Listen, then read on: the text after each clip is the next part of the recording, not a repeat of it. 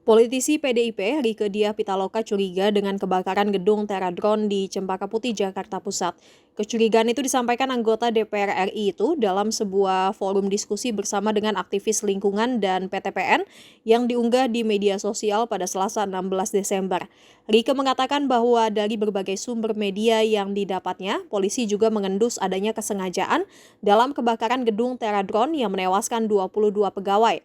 Maka dari itu, kata Rieke, kebakaran gedung penyewaan jasa drone tersebut jangan berhenti di pengusutan kelalaian yang menyebabkan tewasnya para pegawai saja.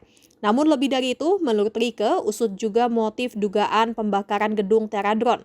Apakah ada hubungannya dengan industri sawit di Indonesia, mengingat Teradron terlibat dalam sejumlah industri sawit di Indonesia.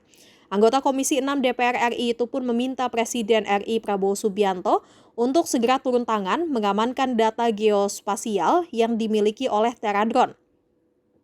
Apakah data geospasial tersebut ada hubungannya dengan mafia sawit di Indonesia? Maka menurut Rieke, saatnya data negara harus dipandang sebagai perspektif pertahanan dan kedaulatan negara. Rieke memohon kepada intelijen negara hingga Prabowo untuk menyelidiki lebih lanjut beroperasinya Teradron di Indonesia. Sebab Rieke curiga perusahaan ini terlibat aksi gelap korporasi perkebunan dan pertambangan. Rieke mengingatkan kebakaran kantor Teradron bukan berarti data geospasial dianggap lenyap begitu saja.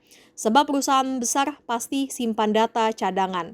Rieke pun mengingatkan negara bahwa hal ini tidak bisa dianggap sepele, terlebih sudah membuat 22 nyawa melayang. Politisi PDIP itu berharap para korban tewas bisa mendapatkan keadilan dalam kasus ini.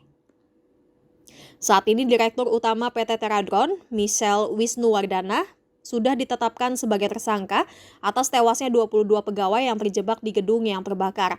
Namun demikian, Michelle ditetapkan sebagai tersangka kelalaian yang menyebabkan kebakaran dan tewasnya 22 pegawai. Pihak Teradron sendiri tidak terima dengan penetapan tersangka Michelle. Melalui keterangan tertulis yang diunggah di websitenya, Teradron memandang adanya proses yang dilakukan mengandung sejumlah kejanggalan dan ketidakpatuhan terhadap prosedur hukum yang berlaku, sebagaimana dijamin oleh KUHAP serta Konstitusi Republik Indonesia. Beberapa poin keberatan Teradron adalah penangkapan yang diduga tidak memenuhi syarat, di mana penangkapan dilakukan tanpa surat perintah penangkapan yang sah kecuali dalam keadaan tertangkap tangan yang menurut mereka tidak terpenuhi.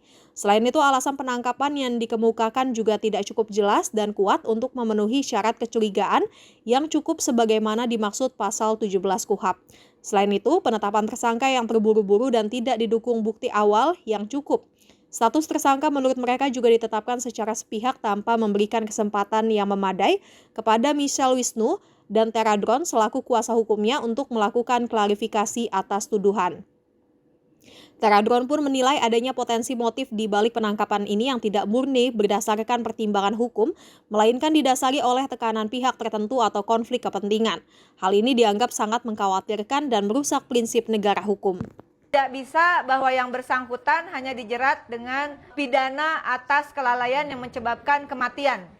Teradron adalah suatu perusahaan yang bekerja terkait pendataan geospasial dengan kantor pusatnya bukan di Indonesia, didirikan 2016 di Jepang, dan ini seperti franchise-nya yang juga beroperasi kurang lebih di tahun yang sama untuk Indonesia, dan 2019 berganti nama menjadi Teradron Indonesia. Kami sedang berjuang untuk adanya satu data Indonesia. Mulai sekarang, data geospasial itu harus kita tempatkan sebagai data pertahanan, keamanan, dan kedaulatan negara. Saya mendesak, saya memohon dukungan dari seluruh rakyat Indonesia. Jangan lupa subscribe ya.